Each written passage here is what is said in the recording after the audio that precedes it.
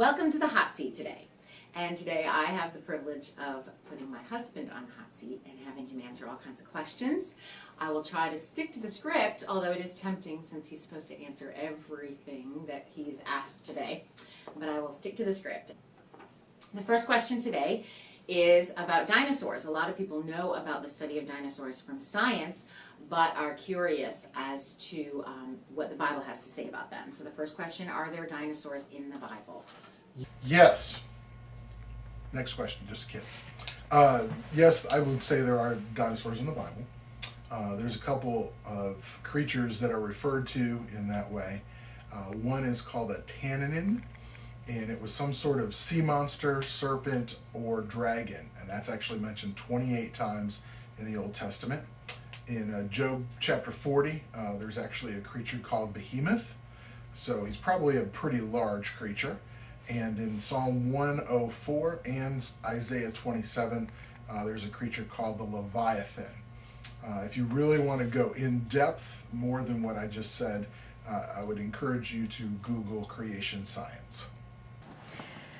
Okay, the second question is an interesting question about creation as well. And the question is, was the world already populated when God created the Garden of Eden? So which came first, the chicken or the egg kind of a thing, except in this case it's which came first, the Garden of Eden or the people who populated it? That is a good question. If you go back to the creation order in Genesis 1, he did take 6 days to create the world. On day 1, he created the heavens and the earth and the light and separated the light from the darkness. On day 2, he created the sky and the expanse in the sky, which some believe is the vapor canopy.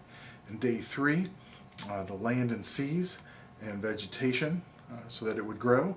On day 4, the sun, moon, and stars. On day 5, sea creatures and birds.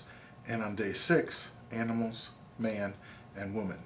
And so he would have actually created the garden and what was in the garden before he created man, but the earth was only populated with sea creatures, birds, and animals before God created the actual man and woman.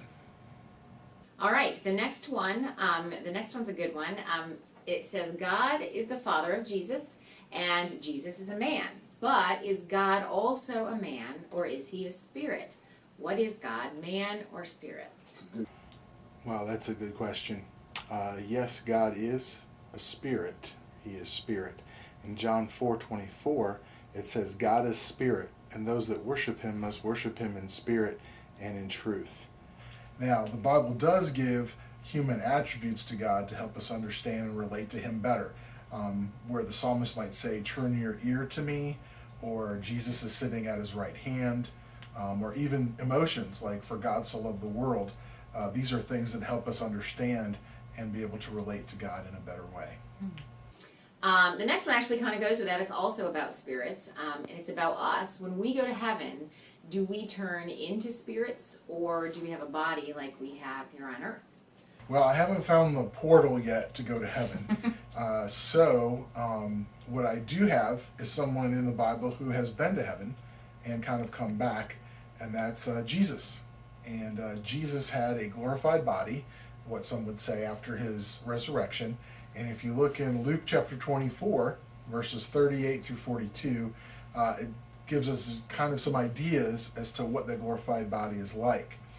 It could be touched. He actually asked his disciples to touch him.